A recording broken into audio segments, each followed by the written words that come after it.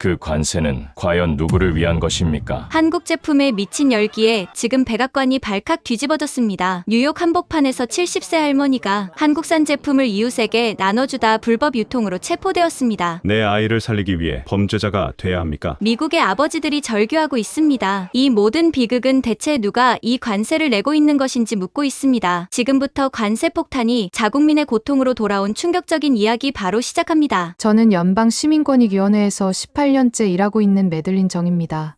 한국계 미국인이죠. 주로 시민들의 불편사항을 듣고 정부 정책과의 간극을 메우는 일을 해왔어요. 그날도 평범한 화요일 아침이었습니다. 워싱턴 DC 본부 건물 7층 회의실. 통상 대표부에서 온 관료들이 새로운 관세 정책을 설명하고 있었죠.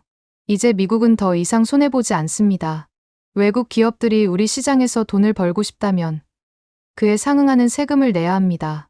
발표자의 목소리는 자신감에 차 있었어요. 특히 한국, 일본, 독일 제품들에 대한 관세율이 대폭 인상된다는 내용이었죠. 화장품은 35%, 가전제품은 40%, 의료기기와 건강보조식품은 25%. 이 관세는 외국 기업들이 내는 것입니다. 미국 소비자들에게는 아무런 부담이 없어요. 오히려 미국 제품이 더 경쟁력을 갖게 되면서 일자리가 늘어날 겁니다. 회의실에 있던 50여 명의 관료들이 박수를 쳤습니다. 저도 형식적으로 손뼉을 쳤지만 마음 한구석이 불편했어요. 경제학 석사 학위를 가진 저로서는 이해가 안 됐거든요. 관세는 결국 수입업자가 내고 그 비용은 소비자 가격에 전가되는데 말이죠. 쉬는 시간에 옆자리의 동료 톰에게 조심스럽게 물었습니다. 톰, 이거 결국 소비자 가격 인상으로 이어지는 거 아니야? 톰은 어깨를 으쓱했어요. 매들린, 우리는 정책을 만드는 사람이 아니라 전달하는 사람이야. 위에서 결정했으면 따라야지. 그의 말이 맞았습니다. 하지만 왜인지 불안감이 가시지 않았어요. 제가 매일 상대하는 시민들의 얼굴이 떠올랐거든요.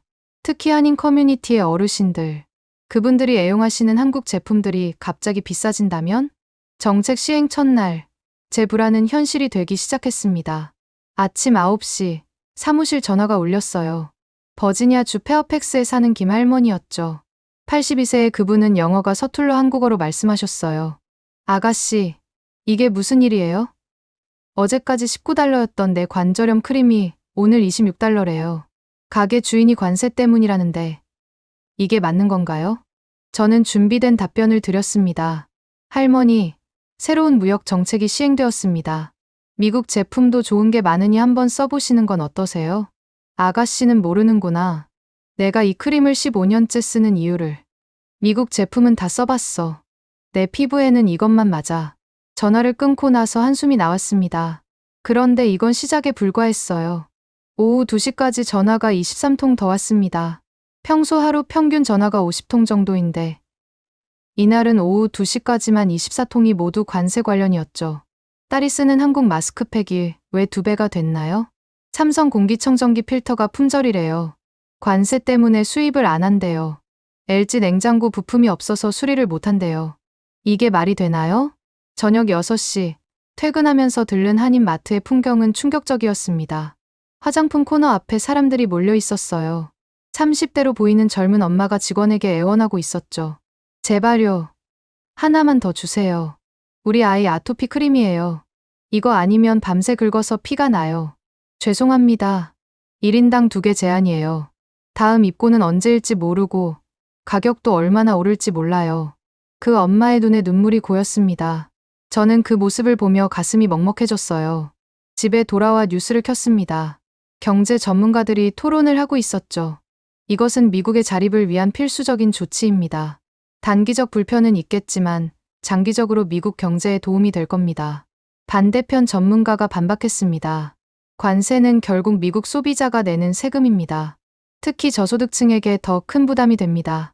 저는 TV를 껐습니다. 전문가들의 말싸움이 아니라 현실이 중요했으니까요. 그날 밤, 제 개인 이메일에 한 통의 메시지가 왔습니다. 발신자는 모르는 이름이었지만 제목이 눈길을 끌었어요. 매들린 정 상담관님, 도와주세요. 우리 엄마가 죽어가고 있어요. 메일을 열어보니 더 충격적인 내용이 있었습니다. 하지만 그건 다음날 아침에야 제대로 읽을 수 있었죠. 왜냐하면 그날 밤 제 휴대폰이 새벽 2시까지 울려댔거든요. 모두 같은 내용이었습니다. 관세 때문에 생필품을 못 구하겠다는 절규였죠. 그리고 저는 깨달았습니다. 이제 시작일 뿐이라는 것을. 정책 시행 5일째 되는 날, 저는 새벽 3시 반에 눈을 떴습니다. 전날 밤 받은 그 이메일이 계속 머릿속을 맴돌았거든요. 발신자는 KT 한이라는 27살 간호사였어요. 우리 엄마는 당뇨 합병증으로 매일 특수 의료용 거즈를 써야 해요. 한국 회사가 만드는 은나노 거즈인데 이게 아니면 상처가 덧나요. 그런데 관세 때문에 가격이 3배가 됐대요. 우리가 감당할 수 없는 가격이에요. 저는 답장을 쓰다가 지웠습니다. 뭐라고 위로해야 할지 몰랐거든요. 대신 현장을 직접 보기로 했습니다. 새벽 4시 LA 코리아타운의 갤러리아 마켓 앞. 제 눈을 의심했습니다. 이미 100명 넘는 사람들이 줄을 서 있었어요. 대부분 중년 여성들과 노인들이었죠. 줄 맨 앞에 서 있던 63세 헬렌 박 씨와 대화를 나눴습니다. 새벽 2시부터 왔어요. 딸이 써야 하는 화장품이 있는데 오늘 못 사면 언제 또 들어올지 몰라요. 가격도 계속 오른다고 하고 그녀 뒤에 있던 71세 로즈 최 씨가 끼어들었습니다. 나는 손자 기저귀 때문에 왔어. 한국 기저귀가 우리 손자 엉덩이에 제일 안 맞는데 이제 프리미엄 미국 제품보다 비싸졌어. 그래도 사야 해. 다른 걸 쓰면 발진이 생기거든. 새벽 5시가 되자 줄은 300명을 넘어섰습니다. 사람들의 표정에는 불안과 초조함이 가득했어요. 마치 전쟁 직전 배급을 기다리는 것 같았죠. 6시에 가게가 문을 열자 아수라장이 됐습니다. 1인당 구매 제한입니다. 화장품은 3개, 의약품은 2개까지만요. 직원의 외침에도 사람들은 필사적이었어요. 한 젊은 엄마가 울면서 직원에게 매달렸습니다. 제발 하나만 더 주세요. 우리 아이 습진 크림이에요. 이거 없으면 밤새 울어요. 정말 죄송합니다. 규정이에요. 다음 주에 다시 오세요. 다음 주에도 있을까요? 가격은 또 얼마나 오를까요? 직원은 대답하지 못했습니다. 아무도 몰랐으니까요. 저는 그 현장을 영상으로 찍었습니다. 공식 보고서에 첨부하려고요. 하지만 상부의 반응은 차가웠습니다. 매들린, 이건 일시적인 현상이야. 시장이 곧 적응할 거야. 제 상사 브라이언의 말이었죠. 하지만 제가 매일 받는 전화는 다른 이야기를 하고 있었습니다. 정책 시행 일주일째, 하루 평균 전화가 300통을 넘어섰습니다. 평소의 6배였죠. 저희 부서 직원 12명이 모두 전화 응대에 매달려도 부족했어요. 왜 미국 정부가 우리 생활을 파괴하나요? 플로리다에서 걸려온 전화였습니다. 84세 수장 김할머니였어요. 나는 6.25 전쟁 때 미군과 결혼해서 여기 온 사람이에요. 60년을 미국인으로 살았어요. 그런데 내가 60년 써온 한국 된장을 이제 못 먹으라는 거예요? 관세 때문에 된장 가격이 4배가 됐어요. 할머니의 목소리는 떨리고 있었습니다. 그 된장이 뭐가 그렇게 중요하냐고요? 그게 내 어머니의 맛이에요. 고향의 맛이고 나이 들수록 그 맛이 그리워지는데 이제 그것마저 빼앗아가는 거예요? 저는 눈물을 참으며 사과했습니다. 할머니, 정말 죄송합니다. 제가 할 수 있는 게 없어서. 아가씨 잘못이 아니야. 그런데 누구 잘못이지? 누가 이런 결정을 한 거야? 그날 오후 CBS 뉴스에서 충격적인 보도가 나왔습니다. 뉴욕 타임스퀘어 세포라 매장 앞 새벽 3시부터 500명 줄 서. 한국 화장품 사재기 열풍. 뉴저지 한인마트 재고 동난. 노인들 필수 의약품 구매 불가. 텍사스 휴스턴 한국산 유아용품 암시장 형성. 정가에 500거래. 특히 마지막 뉴스가 충격적이었습니다. 암시장이라니요. 마약도 아니고 기저귀와 분유, 아기 로션이 암시장에서 거래된다는 게 말이 되나요? 저녁 7시 긴급 화상회의가 소집됐습니다. 상무부, 보건복지부, 국토안보부 관계자들이 모두 참석했죠. 상황이 예상보다 심각합니다. 특히 의료용품과 유아용품 부족이 문제입니다. 보건복지부 관계자의 보고였습니다. 하지만 이건 예상된 것 아닌가요? 미국 제품으로 대체하면 됩니다. 상무부 차관보의 말에 저는 참지 못하고 끼어들었습니다. 대체품이 없는 경우가 많습니다. 특히 아토피나 알레르기 환자들은 특정 제품만 써야 해요. 그리고 노인들은 수십 년 써온 제품을 갑자기 바꾸기 어려워합니다. 그건 개인의 선호 문제 아닌가요? 선호가 아니라 건강 문제입니다. 생존의 문제예요. 회의실이 조용해졌습니다. 제 목소리가 너무 컸나 봐요. 하지만 저는 물러서지 않았습니다. 제가 오늘 하루에만 받은 전화가 87통입니다. 모두 절박한 사람들이에요. 아이가 아파서, 부모님이 불편해서, 가족이 고통받아서 전화한 거예요. 상무부 차관보가 한숨을 쉬었습니다. 매들린 씨, 우리도 알아요. 하지만 정책은 정책입니다. 큰 그림을 봐야죠. 큰 그림이라 저는 속으로 생각했습니다. 그 큰 그림 속에서 작은 사람들은 어떻게 되는 거죠? 회의가 끝나고 집에 돌아오는 길, 코리아타운을 다시 지나갔습니다. 밤 10시가 넘었는데도 한 약국 앞에 사람들이 있었어요. 내일 아침 입고 예정인 물건을 사려고 벌써부터 기다리는 거였죠. 그중 한 명과 눈이 마주쳤습니다. 20대 후반으로 보이는 여성이었는데 임신한 것 같았어요. 그녀가 들고 있던 종이에는 이렇게 적혀 있었습니다. 임신 7개월. 빈혈약 필요. 한국 제품만 먹을 수 있음. 제발 양부 부탁드립니다. 저는 차를 세우고 그녀에게 다가갔습니다. 괜찮으세요? 네. 아니, 사실 안 괜찮아요. 하지만 어쩔 수 없잖아요. 내 아이를 위해서라면. 그녀의 말을 듣고 있는데 제 전화가 울렸습니다. 새벽 근무 중인 동료였어요. 매들린, 큰일이야. 방금 시애틀에서 연락 왔는데.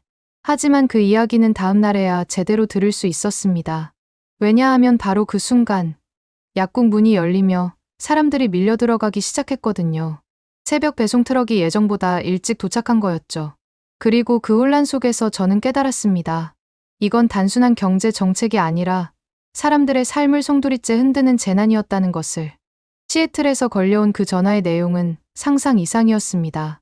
대형 병원 소아과에서 한국산 인큐베이터 부품이 떨어져 신생아 집중치료실 운영에 차질이 생겼다는 거였어요. 농담이 아니에요. 매들린. 우리가 쓰는 인큐베이터 10대 중 7대가 한국 회사 제품이에요. 부품 하나가 고장나면 전체를 못 써요. 그런데 관세 때문에 부품 가격이 5배가 됐대요. 병원이 주문을 포기했어요. 시애틀 아동병원의 소아과 의사 제시카 류의 목소리는 절박했습니다. 미국 제품으로 교체하면 되지 않나요? 그게 하루아침에 되는 일인가요? 의료진 전체가 새로운 기계 사용법을 배워야 하고 무엇보다 지금 당장 치료받는 아기들은 어떻게 하죠? 전화를 끊고 나서 저는 즉시 보고서를 작성했습니다. 하지만 상부의 반응은 여전히 미온적이었어요. 의료 장비는 곧 예외 품목으로 지정될 겁니다. 조금만 기다려요. 브라이언의 말이었지만 곧이 언제인지는 아무도 몰랐죠. 그 와중에 더 황당한 일들이 벌어지기 시작했습니다. 뉴저지에 사는 로버트 장 씨의 사연이었어요. 58세의 그는 15년째 삼성 세탁기를 쓰고 있었죠. 세탁기 모터가 고장났어요. 평소 같으면 $200면 고칠 수 있었는데 지금은 부품값만 $800래요. 관세 때문에요. 새 세탁기를 사는 게 더 싸요. 하지만 15년 된 멀쩡한 기계를 버리는 게 맞나요? 더 기가 막힌 건 다음 이야기였습니다. 그래서 미국 브랜드 세탁기를 사려고 했어요. 그런데 알고 보니 그것도 부품의 60%가 한국에서 만든 거래요. 역시 가격이 올랐더라고요. 이런 아이러니가 도처에서 벌어졌습니다. 텍사스 댈러스의 미용실 주인 앤젤라 송 씨는 더 절박했어요. 저희 고객 80%가 한국펌 약품을 원해요. 머릿결이 상하지 않거든요. 그런데 이제 그 약품 가격이 2배가 됐어요. 고객들에게 그 비용을 전가하면 다들 떠날 거예요. 안 하면 제가 손해를 봐야 하고요. 플로리다의 요양원에서는 더 심각한 문제가 발생했습니다. 저희 요양원 어르신 120명 중 70명이 한국산 혈압계를 쓰세요. 팔뚝 둘레가 동양인 체형에 맞게 제작된 거라 정확해요. 그런데 이제 그 혈압계 커플을 구할 수가 없어요. 미국 제품은 너무 커서 정확한 측정이 안 돼요. 요양원 원장 마가렛 윤 씨의 목소리에는 걱정이 가득했습니다. 혈압 측정이 부정확하면 약 처방도 잘못될 수 있어요. 이건 생명과 직결된 문제예요. 저는 이 모든 사연을 수집해서 특별 보고서를 만들었습니다. 제목은 관세가 만든 일상의 붕괴 237개 사례 분석이었죠. 보고서를 제출한 다음 날 뜻밖의 전화를 받았습니다. 상원보건위원회 소속 보좌관이었어요. 매들린 정 씨죠? 당신의 보고서를 봤습니다. 상원의원님이 직접 만나고 싶어 하세요. 그렇게 저는 국회의 사당으로 향했습니다. 그곳에서 만난 건 민주당 소속 엘리자베스 첸 상원의원이었어요. 매들린 씨, 이 보고서 정말 충격적이네요. 특히 이 부분, 11살 소녀가 아토피 약을 구하지 못해 응급실에 실려갔다는 내용 말이에요. 네. 실제 사례입니다. 켄터키 루이빌에 사는 소피아 리라는 아이예요. 첸 의원은 한숨을 쉬었습니다. 이런 이야기들이 왜 언론에 나오지 않죠? 큰 정치 이슈에 묻혀서요. 개인의 작은 고통은 통계가 되지 않으면 주목받지 못합니다. 그녀는 고개를 끄덕였습니다. 다음 주에 공청회가 있어요. 이 사례들을 공개적으로 다루고 싶은데 도와주실 수 있나요? 저는 잠시 망설였습니다. 공무원으로서 정치적 중립을 지켜야 했으니까요. 하지만 이건 정치가 아니라 사람의 문제였어요. 도와드리겠습니다. 공청회 준비를 하면서 더 많은 사연이 쏟아졌습니다. 오하이오의 제과점 주인 데이비드 홍 씨는 이렇게 말했어요. 30년 동안 한국 밀가루로 빵을 만들었어요. 단백질 함량이 딱 맞거든요. 이제 그 밀가루를 못 구해요. 미국 밀가루로 바꾸니 빵 맛이 완전히 달라졌어요. 단골 손님들이 하나둘 떠나고 있어요. 미시간의 자동차 정비소에서는 더 큰 문제가 있었습니다. 현대와 기아 자동차 부품을 구할 수가 없어요. 정품 부품 가격이 3배가 됐거든요. 중국산 짝퉁을 쓸 수도 없고 차를 고치러 온 손님들을 그냥 돌려보내야 해요. 가장 가슴 아픈 건 알래스카에서 온 이메일이었습니다. 저는 에스키모 마을의 유일한 의사입니다. 여기 주민 300명이 모두 한국산 종합 비타민을 먹어요. 극지방이라 신선한 채소를 구하기 어려워서 필수예요. 그런데 이제 그 비타민을 살 수가 없어요. 항공 운송비의 관세까지 더해지니 가격이 10배가 됐거든요. 저는 이 모든 사연을 정리하면서 눈물이 났습니다. 관세는 단순한 숫자가 아니었어요. 누군가의 건강이었고, 생계였고, 삶 그 자체였죠. 공청회 전날 밤, 제 집 전화가 울렸습니다. 어머니였어요. 메들리나, 너 요즘 뉴스에 자주 나오더라. 힘들지? 괜찮아요. 엄마, 너희 아버지가 그러시는데 자기가 젊었을 때도 이런 일이 있었대. 1980년대 일본 제품 불매운동 때 그때도 결국 서민들만 고생했다고. 어머니의 말씀이 맞았습니다. 역사는 반복되고 있었죠. 엄마, 혹시 엄마도 불편한 거 있어요? 아이고, 나야 뭐. 그런데 네 이모가 큰일이야. 당뇨약을 한국에서 직구했는데 이제 그게 안 된대. 미국 약은 부작용이 심해서 못 먹는다고. 심지어 우리 가족도 이 소용돌이에서 자유롭지 못했던 거예요. 그날 밤, 저는 공청회 발표 자료를 마지막으로 점검했습니다. 237개의 사례, 1247명의 직접 피해자, 예상 간접 피해자 50만 명. 숫자로 보면 그저 통계였지만 그 하나하나가 누군가의 절박한 삶이었습니다. 그리고 저는 결심했습니다. 내일 공청회에서 이 모든 이야기를 있는 그대로 전하겠다고. 정치적 중립이고 뭐고, 이건 사람이 먼저인 문제니까요. 하지만 제가 미처 예상하지 못한 일이 일어났습니다. 바로 그날 밤, 코리아타운에서 공청회 당일 새벽, 저는 충격적인 뉴스를 접했습니다. LA 코리아타운의 한 작은 약국에서 무료 나눔 행사가 열렸다는 거였어요. 하지만 그건 단순한 나눔이 아니었습니다. 새벽 1시쯤이었어요. 갑자기 사람들이 하나둘 모이기 시작했어요. 다들 집에서 쓰던 한국 제품들을 들고 나온 거예요. 목격자인 우버 기사 마크리의 증언이었습니다. 처음엔 뭔가 싶었죠. 그런데 알고 보니 서로 나누려고 모인 거더라고요. 돈 한 푼 안 받고요. 저는 공청회를 앞두고 있었지만 이 현장을 직접 봐야 했습니다. 코리아타운으로 향했죠. 페어팩스 애비뉴의 은혜 약국 앞. 아침 7시인데도 100명 넘는 사람들이 모여 있었어요. 하지만 사재기 때와는 분위기가 완전히 달랐습니다. 약국 앞에는 큰 테이블이 놓여 있었고 그 위에 각종 한국 제품들이 가지런히 정리되어 있었어요. 화장품, 의약품, 생활용품까지. 그리고 그 옆에는 78세 그레이스 김 할머니가 앉아 있었습니다. 할머니, 이게 다 뭐예요? 우리 집에 있던 거예요. 쓰다 남은 것도 있고 새 것도 있고 필요한 사람들 가져가라고. 돈은 안 받으세요? 할머니는 웃었습니다. 돈. 이럴 때 무슨 돈이야. 우리가 원래 쓰던 거예요. 나눠야죠. 그 나눠야죠라는 말에 저는 가슴이 뭉클해졌습니다. 옆에서 지켜보던 약국 주인 스티븐 조 씨가 설명해 주었어요. 어제 저녁에 단체 카톡방에 누가 올렸어요. 집에 남는 한국 제품 있으면 나누자고. 1시간 만에 200명이 호응했죠. 단체 카톡방이요? 코리아타운 주민방이에요.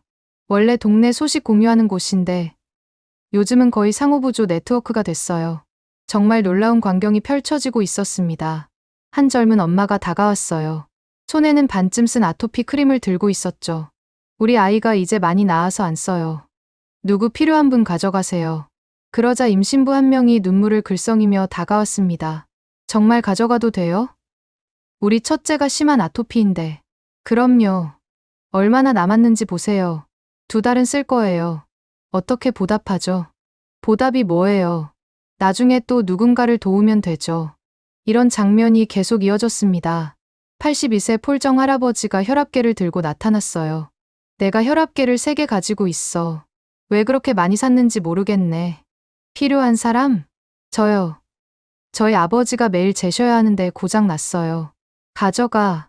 배터리도 여분 있으니까 같이 가져가. 중년 남성 하나가 큰 박스를 들고 왔습니다. 저희 집 창고 정리하다가 나온 건데요. 한국 라면 10박스예요. 유통기한 아직 6개월 남았어요. 라면이요? 요즘 라면도 관세 때문에 2배 됐는데, 그러니까 나누는 거죠. 다들 조금씩 가져가세요. 순식간에 라면이 동났습니다. 받아간 사람들의 얼굴에는 미소가 가득했어요. 가장 감동적인 건 제니퍼 유 씨의 이야기였습니다.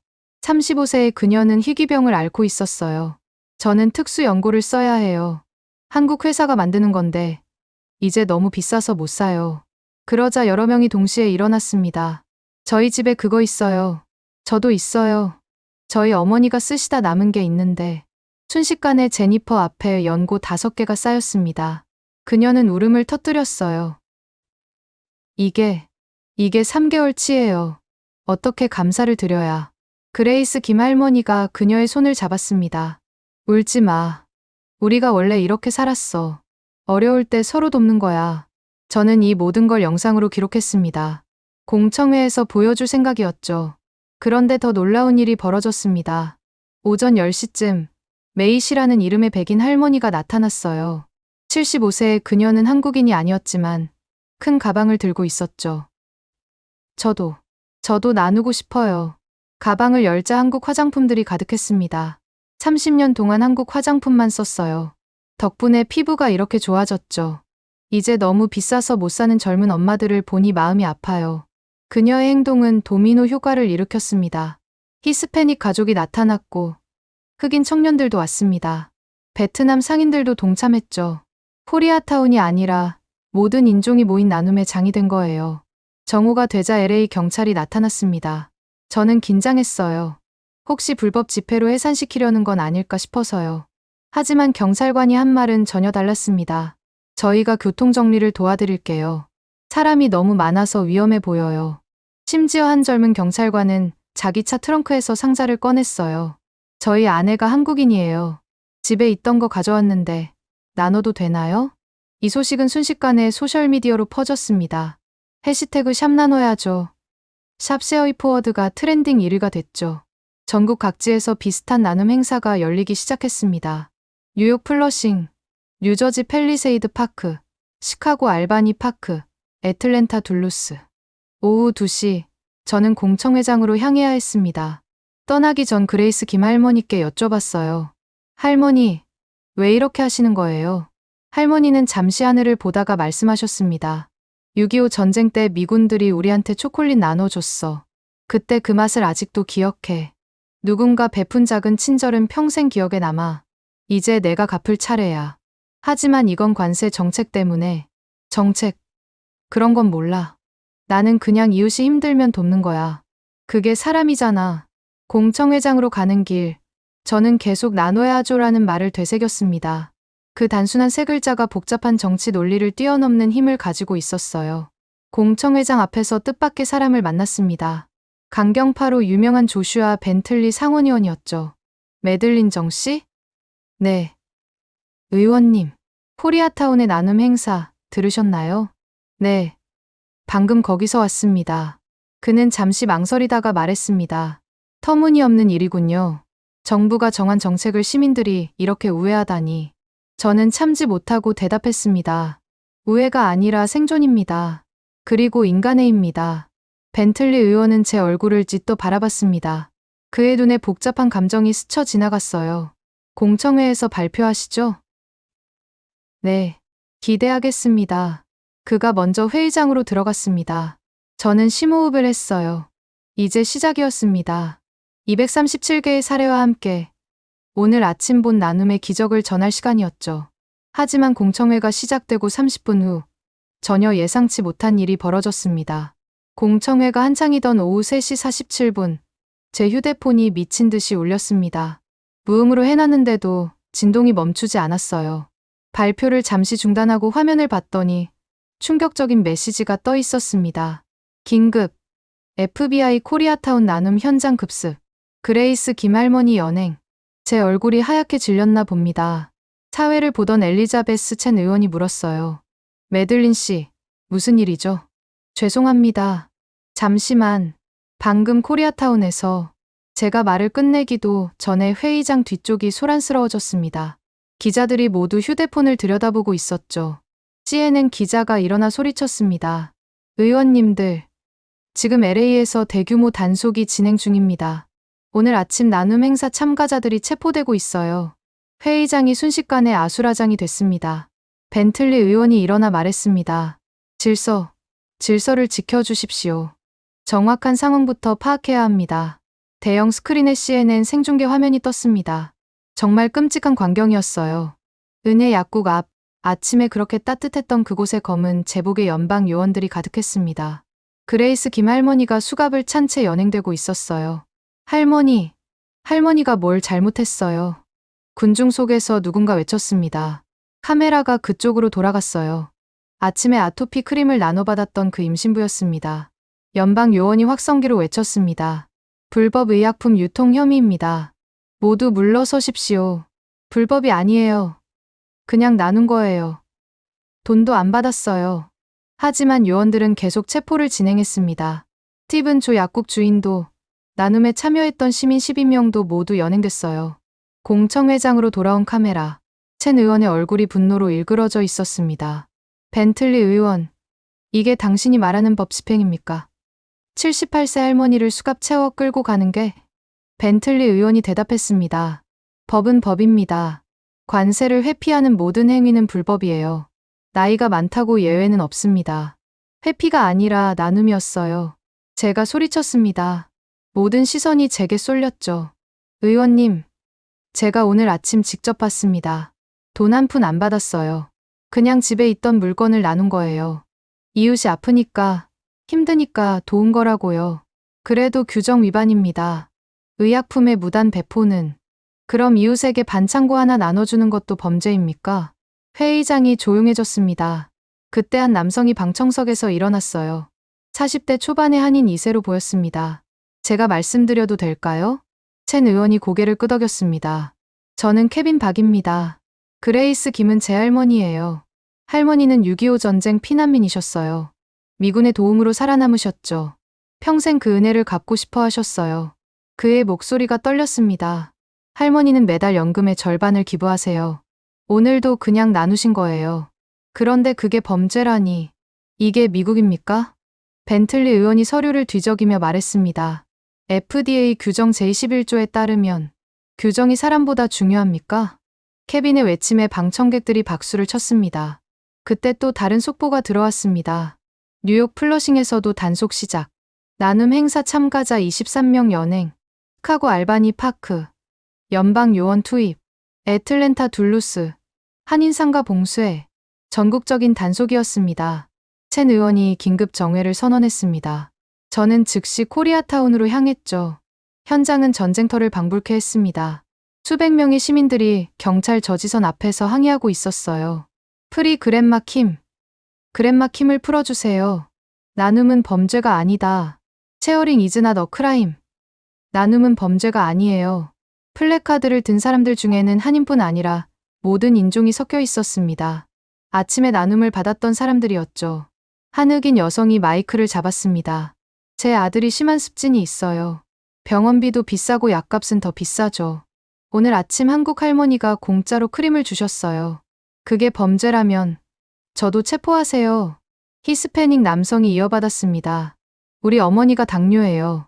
한국 혈당계가 정확한데 너무 비싸서 못 샀어요. 오늘 누군가 그냥 주셨어요. 그 사람도 범죄자입니까? 백인 할아버지가 휠체어에서 일어나려 애쓰며 말했습니다. 나는 6.25 전쟁 참전 용사요. 내가 지킨 나라가 이런 나라였소. 선의를 범죄로 만드는 나라? 그 순간 경찰 저지선이 뚫렸습니다. 시민들이 경찰서로 몰려갔어요. 할머니를 돌려줘. Shame on you. 부끄러운 줄 아세요. 경찰서 앞은 완전히 포위됐습니다. 저녁 7시 긴급 기자회견이 열렸습니다. FBI 로스앤젤레스 지부장이 나왔죠. 오늘 단속은 합법적이었습니다. 관세법 위반과 무허가 의약품 유통은 명백한 범죄입니다. 기자들의 질문이 쏟아졌습니다. 78세 할머니를 수갑 채운 이유는? 나이는 고려 대상이 아닙니다. 돈을 안 받았는데도 유통입니까? 대가 없는 배포도 유통에 해당합니다. 그럼 가족 간 나눔도 불법입니까? 그것은 다른 문제입니다. 기자회견은 엉망이 됐습니다. 밤 9시 놀라운 소식이 들려왔습니다. 보석금을 내겠다는 사람들이 줄을 섰다는 거예요. 은행 계좌도 만들어졌습니다. 프리 그랜마 킴 펀드. 3시간 만에 50만 달러가 모였죠. 유명 인권 변호사들이 무료 변론을 자청했습니다. 이것은 인도주의에 대한 공격입니다. 끝까지 싸우겠습니다. We shall overcome. 우리는 극복하리라. 자정이 가까워오자 더 많은 사람들이 모였습니다. 경찰서를 완전히 둘러쌌죠. 촛불을 든 사람들이 노래를 부르기 시작했습니다. We shall overcome. 우리는 극복하리라. 그때 경찰서 문이 열렸습니다. 하지만 나온 건 할머니가 아니었어요.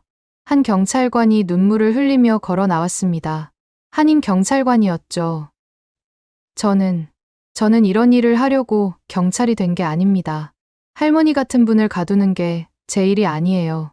그는 배지를 벗어 바닥에 내려놓았습니다. I quit. 저는 그만둡니다. 군중 속에서 박수가 터져 나왔습니다. 다음 날 새벽, 드디어 그레이스 김 할머니가 석방됐습니다. 하지만 재판은 피할 수 없었죠. 할머니가 나오자 수백 명이 환호했습니다. 할머니는 지친 얼굴이었지만 미소를 지었어요. 다들 고마워요. 그런데 왜 이렇게 소란이야? 나는 그냥 해야 할 일을 했을 뿐인데. 기자가 물었습니다. 할머니, 후회하지 않으세요? 할머니는 단호하게 고개를 저었습니다. 후회요. 천만에 다시 돌아가도 똑같이 할 거예요. 나눠야죠. 그게 사람이니까. 그레이스 김 할머니 석방 3일 후 상원 공청회가 재개됐습니다. 하지만 이번엔 분위기가 완전히 달랐어요. 방청석의 절반이 아이들로 채워져 있었거든요. 첸 의원이 설명했습니다. 오늘은 특별한 증인들을 모셨습니다. 관세 정책으로 직접 피해를 본 가족들입니다. 특히 아이들의 목소리를 듣고자 합니다. 첫 번째로 나온 건 13살 소피 첸이었어요. 중국계 미국인 소녀였죠. 작은 손에 편지를 들고 있었습니다. 안녕하세요. 저는 소피예요. 제가 쓴 편지를 읽어드릴게요. 소녀의 목소리는 떨렸지만 또렷했습니다. 우리 할머니는 당뇨가 있어요. 10년 동안 한국 회사 혈당 측정기를 쓰셨어요. 손가락이 약해서 다른 건 아프대요. 그런데 지난달부터 그 측정침을 못 구해요. 관세 때문에 가격이 5배가 됐거든요. 소피가 잠시 멈추고 눈물을 닦았습니다. 할머니가 이제 혈당 체크를 안 해요. 아프다고요. 그래서 지난주에 쓰러지셨어요. 병원에서는 혈당이 너무 높았대요. 제가 할머니한테 제발 체크하라고 했는데 할머니가 그러셨어요. 소피야, 할머니 아픈 것보다 네가 대학 가는 게 더 중요해. 그 돈 아껴야 해. 방청석에서 훌쩍이는 소리가 들렸습니다. 저는 대학 안 가도 돼요. 할머니만 건강하면 돼요. 왜 할머니가 쓰던 바늘 하나 때문에 이런 선택을 해야 하나요? 그게 정말 미국을 위한 일인가요? 소피가 내려가자 9살 제이든 오가 나왔습니다. 한국계 미국인 소년이었죠. 저는 제이든이에요. 제 동생 이야기를 하고 싶어요. 소녀는 사진 한 장을 들어 보였습니다. 온몸에 붉은 발진이 있는 아기 사진이었어요. 이게 제 동생 엠마예요. 태어날 때부터 심한 아토피가 있어요. 밤마다 가려워서 울고 긁어서 피가 나요. 엄마가 수많은 크림을 써봤는데 한국 크림만 효과가 있었어요. 제이든이 목소리를 높였습니다. 그런데 이제 그 크림을 못 구해요. 너무 비싸졌거든요. 동생은 다시 매일 밤 울어요. 엄마도 같이 울어요. 아빠는 투잡을 뛰기 시작했어요. 크림을 사려고요. 소년이 의원들을 똑바로 바라봤습니다. 어른들은 정치를 한대요. 경제를 지킨대요. 그런데 왜 제 동생은 밤마다 피를 흘려야 하나요? 3살짜리가 무슨 죄가 있나요? 벤틀리 의원이 불편한 듯 자리를 고쳐 앉았습니다. 세 번째로 11살 올리비아 가르시아가 나왔어요. 멕시코계 미국인 소녀였죠. 저희 오빠는 자폐증이 있어요. 특정 브랜드의 한국 기저귀만 착용해요. 촉감이 예민해서 다른 건 다 거부해요. 그런데 이제 그 기저귀가 없어요. 올리비아가 울먹였습니다. 오빠가 기저귀를 못 갈아서 염증이 생겼어요. 병원에 입원했어요. 의사 선생님이 말했어요. 스트레스 때문에 자폐 증상도 더 심해졌대요. 이게 다 기저귀 하나 때문이에요. 관세 때문이에요. 네 번째는 15살 케이틀린 메카시였습니다. 아일랜드계 소녀였죠. 저희 아빠는 건설 노동자예요. 허리 디스크가 있어서 한국 파스를 써요. 15년 동안 그것만 써왔어요.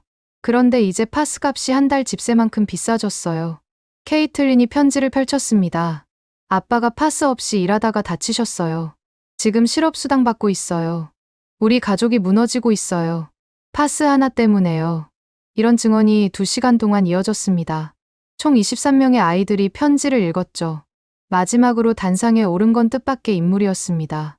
그레이스 김 할머니의 손녀, 8살 에밀리 김이었어요. 제 할머니는 나쁜 사람이 아니에요. 에밀리의 첫마디에 방청석이 조용해졌습니다. 할머니는 항상 말씀하세요.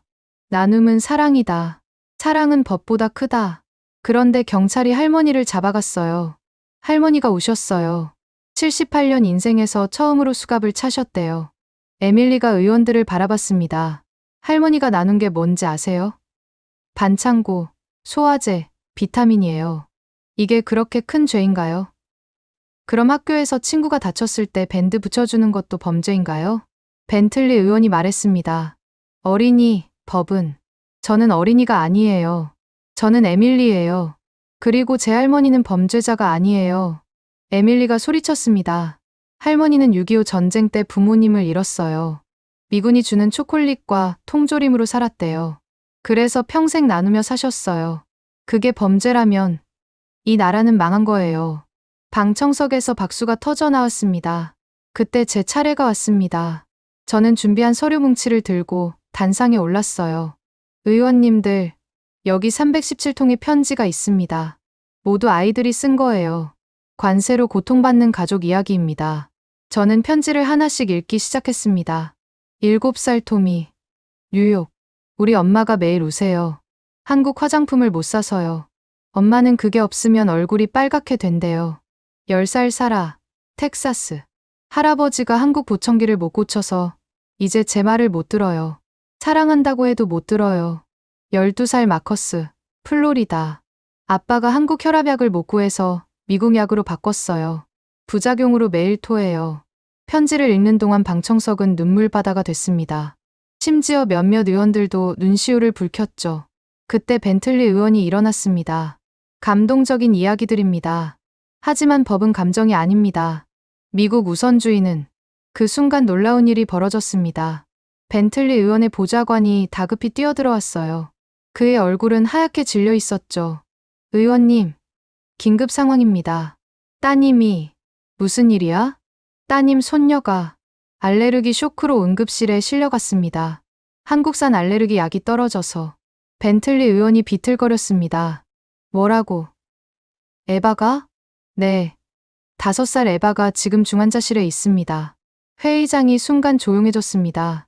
벤틀리 의원이 황급히 회의장을 떠났습니다. 그의 뒷모습에서 한 아버지의 절박함이 보였어요. 첸 의원이 말했습니다. 오늘 공청회는 여기서 정회합니다. 우리 모두 많은 것을 생각해 봐야 할 것 같습니다. 그날 저녁 뜻밖의 전화를 받았습니다. 벤틀리 의원의 아내였어요. 매들린 씨, 도와주세요. 에바가 쓰던 한국 알레르기 약을 구할 수 없어요. 어디서든 구해주세요. 제발요. 저는 즉시 코리아타운 네트워크에 연락했습니다. 30분 만에 약을 구했죠. 누군가 집에 남은 걸 나눠준 거였어요. 병원에 도착했을 때 벤틀리 의원이 저를 맞았습니다. 그의 눈은 충혈되어 있었어요. 매들린 씨, 약 여기 있습니다. 그가 약을 받아 들고는 갑자기 무릎을 꿇었습니다. 제가 틀렸습니다. 이게 그저 통계와 숫자가 아니었군요. 제 손녀가 죽을 뻔했습니다. 관세 때문에 저는 그를 일으켜 세웠습니다. 의원님, 이제라도 아셨으면 됐습니다. 에바를 위해서라도 바꿔주세요. 그날 밤, 전국의 부모들이 소셜미디어에 샵 칠드런 스크라이즈 해시태그로 자녀들의 편지를 올리기 시작했습니다. 하루 만에 10만 개가 넘는 게시물이 올라왔죠. 다음 날 아침, 더 놀라운 일이 벌어졌습니다. 초등학교 교사들이 집단 성명을 발표한 거예요. 우리 학생 중 30%가 관세로 인한 필수 의약품 부족으로 고통받고 있습니다.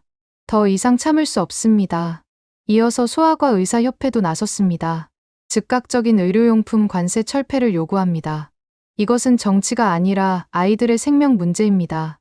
그리고 그날 오후, 역사적인 순간이 찾아왔습니다. 벤틀리 의원이 기자회견을 열었어요. 그의 옆에는 5살 손녀 에바가 있었죠. 저는 어제 제 손녀가 죽을 뻔한 것을 보았습니다. 그리고 깨달았습니다. 제가 옹호했던 정책이 얼마나 많은 아이들을 위험에 빠뜨렸는지를. 그가 에바의 손을 잡았습니다. 오늘부로 생활필수품과 의료용품에 대한 관세 철폐 법안을 발의하겠습니다. 이름은 에바 법안입니다. 모든 에바를, 모든 아이들을 지키기 위한 법안입니다. 기자들이 술렁거렸습니다. 의원님, 당의 입장과 다른데요? 아이들의 생명보다 중요한 당론은 없습니다. 미국 우선주의는 포기하시는 겁니까? 벤틀리 의원이 단호하게 말했습니다. 미국 우선주의의 진정한 의미는 미국 시민을 지키는 것입니다. 우리 아이들을 아프게 하는 정책은 미국 우선주의가 아닙니다. 벤틀리 의원의 폭탄 선언 이후 워싱턴은 발칵 뒤집혔습니다. 강경파의 선봉장이 입장을 바꾼 것은 정치적 지진이었죠. 다음 날 아침, 월마트가 깜짝 발표를 했습니다. 인도주의적 차원에서 한국산 의료용품과 유아용품에 한해 자체 관세 보조 프로그램을 시작합니다. 월마트 CEO 더글라스 맥밀런이 직접 기자회견에 나왔어요. 기업도 사회적 책임이 있습니다. 아이들이 아픈데 이익만 생각할 수 없죠. 관세부는 우리가 부담하겠습니다. 이 발표는 도미노 효과를 일으켰습니다. 타겟, 코스트코, CVS가 연이어 동참을 선언했죠. 아마존은 한 발 더 나갔습니다. 한국 중소기업 제품 전용 마켓플레이스를 만들겠습니다. 수수료는 받지 않겠습니다. 기업들의 움직임과 함께 시민운동도 확산됐습니다. 해시태그 샵라이프 오버 테리프스가 전 세계 트렌딩 1위가 됐어요. 유명 인플루언서들이 동참하기 시작했죠. 팝스타 아리아나 그란데가 트윗했습니다. 내 메이크업 루틴은 한국 제품이에요. 스킨케어도 한국 제품이고요. 이 관세는 내 피부와 영혼을 죽이고 있어요. 샵라이프 오버 테리프스라고 영어로 말했습니다. 농구 스타 르브론 제임스도 가세했어요. 우리 팀 닥터가 한국 의료기기 없으면 선수 관리 못한대요. 이게 미국을 위한 거예요? 샵라이프 오버 테리프스. 할리우드 배우 산드라, 오는 더 직접적이었습니다. 저는 한국계 캐나다인입니다. 제 친척들이 미국에서 고통받고 있어요. 관세는 인종차별입니다. 이런 여론 속에서 의회도 움직이기 시작했습니다. 초당적 의원 모임이 결성됐어요. 민주당 19명, 공화당 18명이 참여했죠. 이름은 생활을 위한 의원 모임이었습니다. 모임의 대표를 맡은 수전 콜린스 상원의원이 성명을 발표했습니다. 우리는 당파를 초월해 시민의 일상을 지키고자 합니다. 관세는 도구일 뿐, 목적이 되어선 안 됩니다. 하지만 백악관의 반응은 여전히 강경했습니다. 대통령 대변인이 브리핑에서 말했죠. 관세 정책은 변함없이 추진됩니다. 일부 불편은 감수해야 합니다. 그러자 뜻밖의 곳에서 반격이 왔습니다. 전미상공회의소가 성명을 냈어요. 관세로 인한 소비 위축이 경제 전반을 위협하고 있습니다. 재고려가 필요합니다. 제조업 협회도 가세했습니다. 한국 부품 없이는 미국 제조업도 멈춥니다. 이것이 과연 미국 우선입니까? 경제계의 반발이 거세지자 주가가 흔들리기 시작했습니다. 다우존스가 사흘 연속 하락했고 소비자 신뢰지수는 10년 만에 최저치를 기록했죠. 그런 와중에 또 하나의 사건이 터졌습니다. 텍사스 주지사의 어머니가 한국산 치매약 부족으로 증세가 악화됐다는 뉴스였어요. 주지사는 눈물의 기자회견을 했습니다. 어머니가 저를 못 알아보십니다. 3년 동안 괜찮으셨는데 약을 바꾸고 나서 여론은 완전히 돌아섰습니다. MBC 여론조사에서 관세 정책 반대가 73%를 기록했죠. 지지는 19%에 불과했습니다. 그리고 결정적인 순간이 왔습니다. 대통령의 며느리가 SNS에 글을 올린 거예요. 우리 아이도 한국 기저귀만 써요. 다른 건 기저귀 발진이 생겨요. 이제 어떻게 해야 하나요? 이 글은 즉시 삭제됐지만 스크린샷은 이미 퍼진 뒤였죠. 다음 날 백악관에서 긴급 회의가 열렸습니다. 저는 시민 대표 자격으로 초청받았어요. 회의실에 들어가자 팽팽한 긴장감이 느껴졌죠. 경제 고문이 보고했습니다. 소매 판매가 15% 감소했습니다. 특히 유아용품과 화장품 시장이 붕괴 직전입니다. 보건장관이 이어받았습니다. 의료 현장이 마비되고 있습니다. 특히 노인 요양시설과 소아과가 심각합니다. 그때 대통령이 저를 바라봤습니다. 매들린 정 씨, 현장의 목소리를 들려주세요. 저는 준비한 파일을 열었습니다. 지난 한 달간 제가 받은 민원이 15,743건입니다.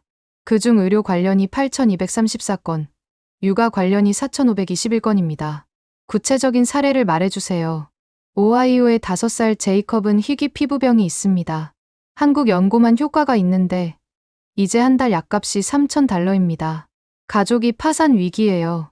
회의실이 조용해졌습니다. 플로리다의 89세 헬렌 스미스 할머니는 40년 동안 한국 관절염 약을 드셨어요.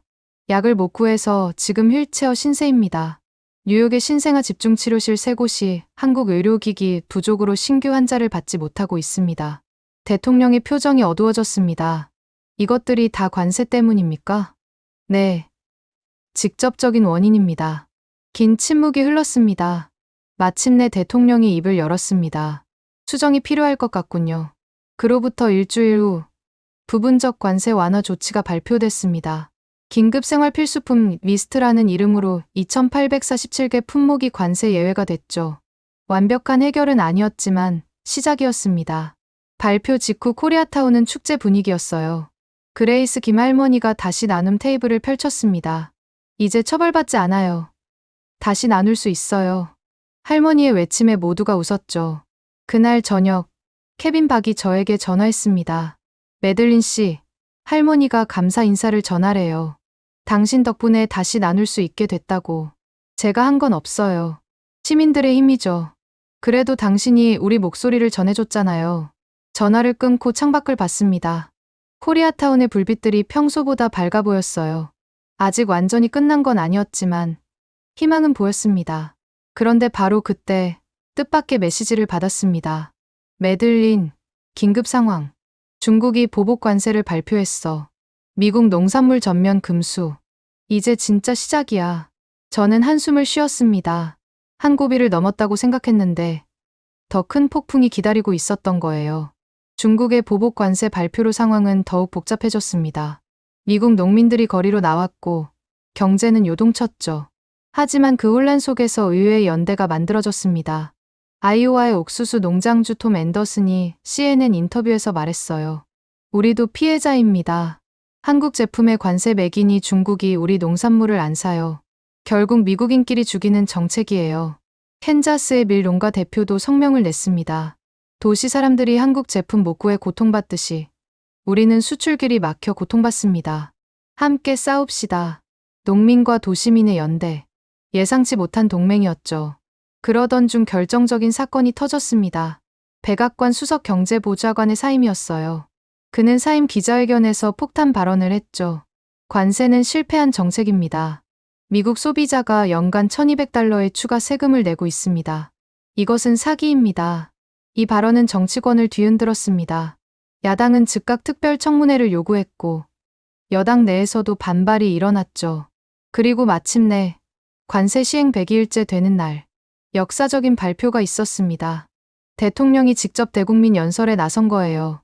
친애하는 국민 여러분, 지난 102일은 우리 모두에게 교훈을 주었습니다. 미국 우선이라는 이름으로 시작한 정책이 오히려 미국 시민을 힘들게 했습니다.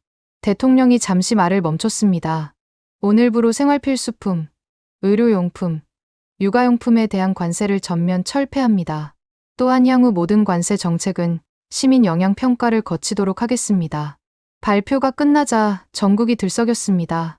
타임스 스퀘어 전광판에 파이널리, 드디어 라는 글자가 떴고 사람들이 거리로 나와 환호했죠. 코리아타운은 그야말로 축제였습니다. 그레이스 김 할머니가 은혜약국 앞에서 떡을 나눠주고 있었어요.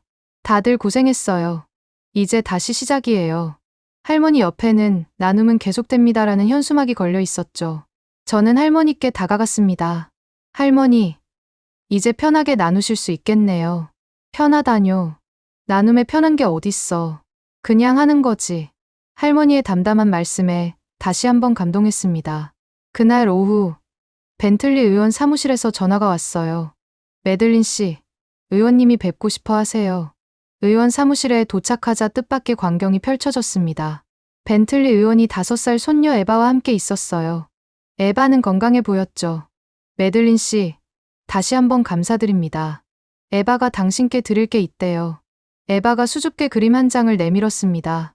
할머니가 약을 나누는 그림이었어요. 이게 그레이스 할머니예요. 천사 할머니, 벤틀리 의원이 말했습니다. 에바가 매일 그레이스 할머니 이야기를 해요. 나눔 천사라고. 저도 그분께 사과하고 싶습니다. 직접 만나보시죠. 그렇게 우리는 코리아타운으로 향했습니다. 그레이스 김할머니와 벤틀리 의원의 만남은 감동적이었어요. 할머니, 정말 죄송합니다. 제가 당신을, 아이고, 지난 일은 잊어요. 당신도 손녀 걱정에 정신 없었겠지. 할머니가 벤틀리의 손을 잡았습니다. 우리 모두 실수해요. 중요한 건 배우는 거예요. 에바가 할머니에게 달려갔습니다. 할머니, 천사예요. 아니야. 나는 그냥 할머니야. 그레이스 할머니가 에바를 안아 올렸습니다. 6.25 전쟁 피난민 할머니와 미국 상원의원의 손녀. 그 포옹에는 화해와 희망이 담겨 있었죠. 며칠 후 한국 기업들이 조용히 미국 시장에 복귀했습니다.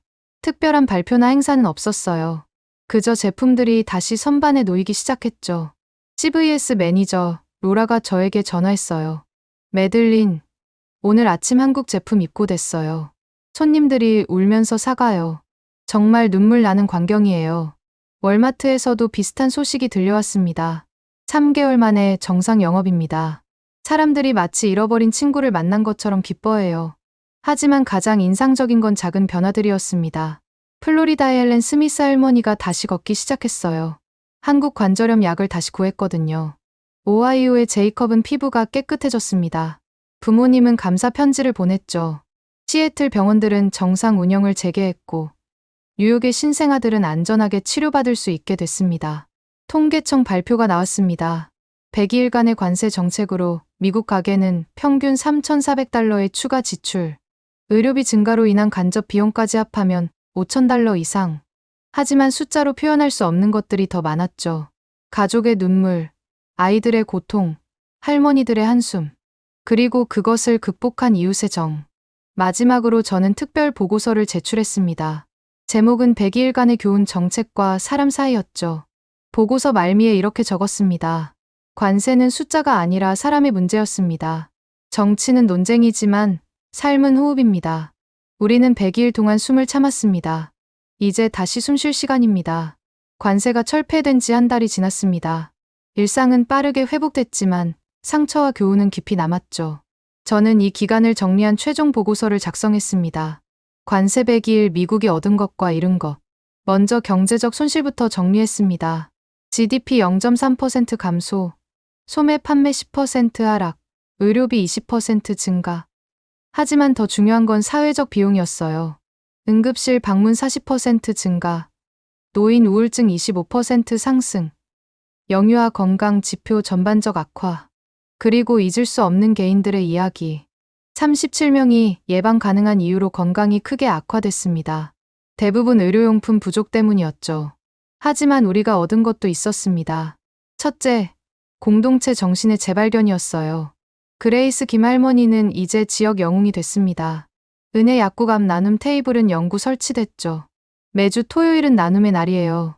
관세 없어도 계속할 거예요. 할머니의 말씀처럼 나눔은 문화가 됐습니다.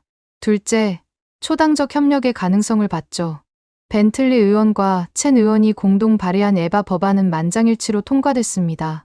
향후 모든 무역 정책은 시민생활 영향 평가를 의무화하는 내용이었어요. 셋째, 시민 참여의 힘을 확인했습니다. 317통의 아이들 편지가 정책을 바꿨고 해시태그 운동이 여론을 움직였죠. 한국 기업들도 조용히 변화를 보여줬습니다. 삼성은 텍사스에 긴급 의료용품 생산 시설을 만들겠다고 발표했어요. LG는 시카고의 R&D 센터를 확장하기로 했죠. 위기를 계기로 현지화를 가속하겠습니다. 이들의 발표는 담담했지만 의미가 컸습니다. 한편 그레이스 김 할머니는 뜻밖의 제안을 받았어요. 타임즈 올해의 인물 후보였죠. 할머니, 인터뷰하시겠어요? 아이고, 무슨. 나는 그냥 해야 할 일 했을 뿐이야. 하지만 할머니는 한 가지 조건으로 인터뷰를 수락했습니다. 나눔 이야기만 하게 해줘.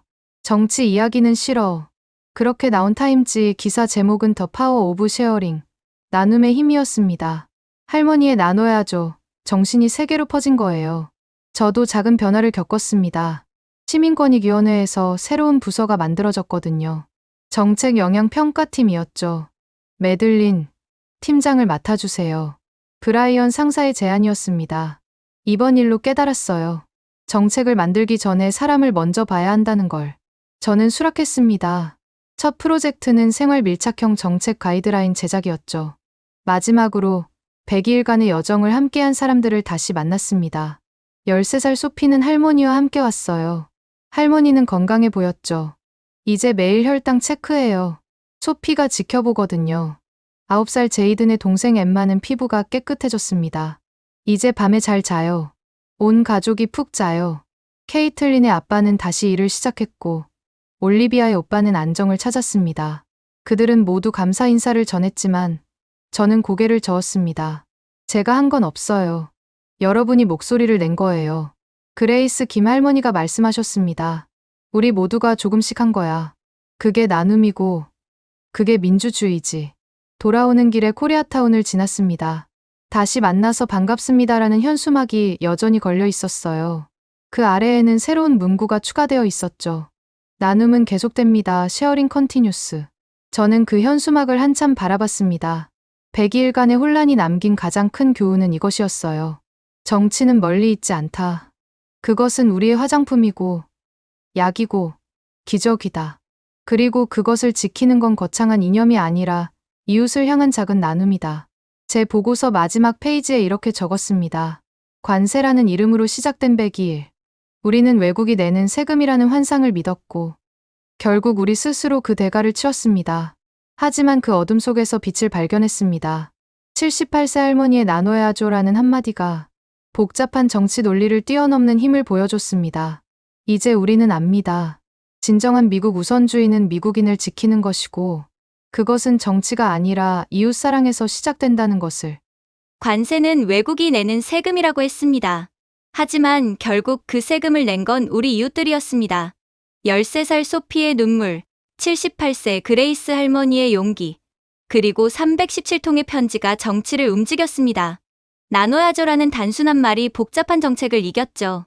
정치와 삶이 이렇게 가까이 있다는 걸 여러분은 언제 느끼셨나요? 여러분의 이야기를 들려주세요. 그리고 이런 일이 다시는 일어나지 않도록 이 이야기를 널리 공유해 주세요. 작은 나눔이 큰 변화를 만든다는 것을 모두가 알 수 있도록 말이죠. 구독과 좋아요도 부탁드립니다. 여러분의 관심이 더 많은 진실을 전하는 힘이 됩니다. 지금까지 감동편지함이었습니다. 감사합니다.